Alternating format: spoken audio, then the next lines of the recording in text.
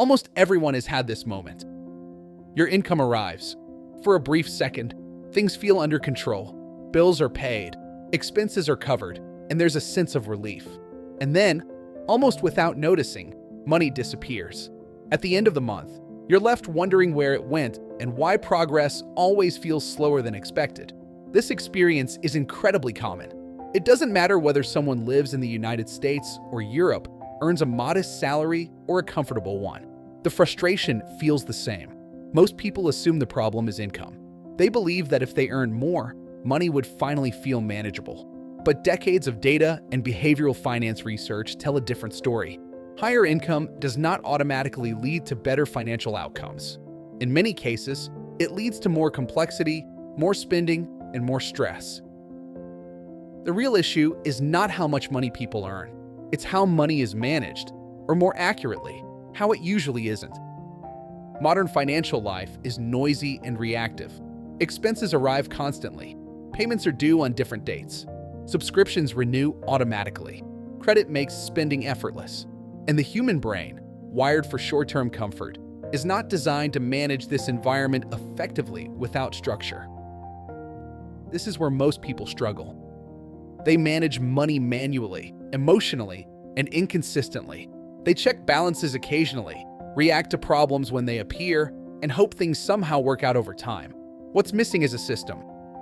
Historically, this problem didn't exist in the same way. For much of the 20th century, financial life was simpler. Fewer financial products, fewer payment methods, fewer temptations. Saving happened by default because spending options were limited. Today, the opposite is true. Spending is effortless, and saving requires intention. This shift matters. Behavioral finance shows that humans are poor at repeated financial decision-making. Every decision costs mental energy. When people rely on willpower alone, deciding each month how much to save, how much to spend, what to delay, they eventually default to convenience. That's why budgeting often fails. Most people misunderstand budgeting entirely. They think budgeting means restriction, control, constant monitoring, spreadsheets, guilt, and discipline. As a result, they either avoid budgeting altogether or abandon it after a few weeks. But effective money management has never been about micromanaging every expense. It has always been about order. At its core, managing money properly means deciding in advance what matters, then removing as many day-to-day decisions as possible. This is where automation becomes critical. Automation is not a modern luxury. It's a response to human limitation.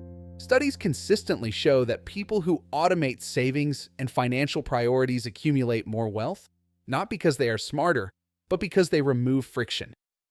When money is automated, it flows according to a plan rather than emotion. A simple system that works anywhere, across countries, currencies, and income levels, follows the same underlying logic. Income arrives. First, money is set aside for future stability. Then, obligations are handled. What remains is available for spending without guilt or anxiety. This order is important. Most people reverse it. They spend first, pay obligations next, and hope something is left to save. Over time, this guarantees stagnation. Inflation quietly erodes purchasing power. Emergencies turn into debt. Long-term goals remain abstract and distant. The alternative is a system where saving and investing are treated as non-negotiable, not because they are forced, but because they are automated. Historically, societies that built wealth broadly encouraged forced saving mechanisms.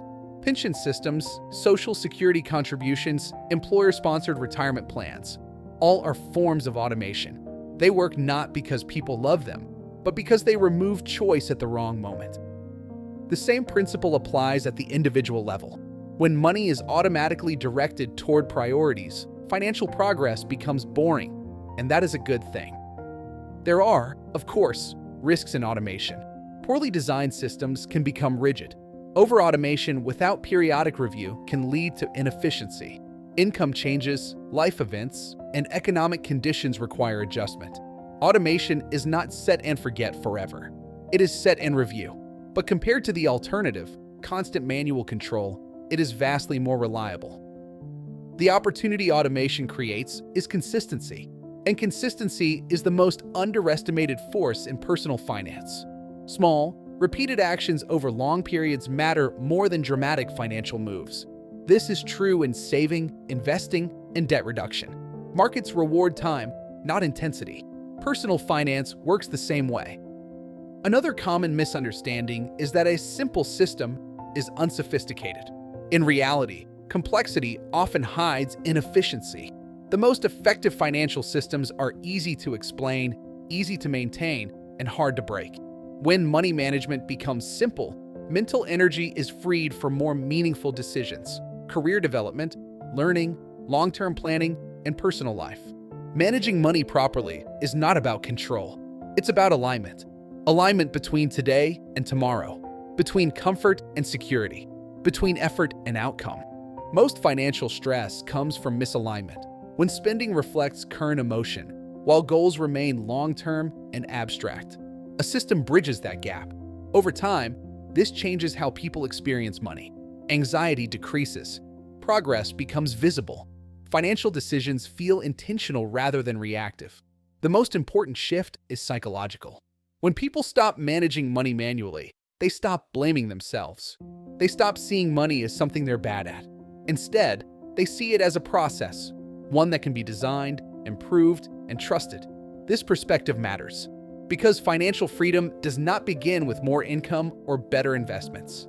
It begins with order, with a system that works quietly in the background, regardless of mood, news, or market noise. So the question isn't whether you earn enough or know enough. The question is this: does your money system protect you from your own human tendencies, or does it depend on them? This is Finance Guro, where we don't chase noise, we study reality.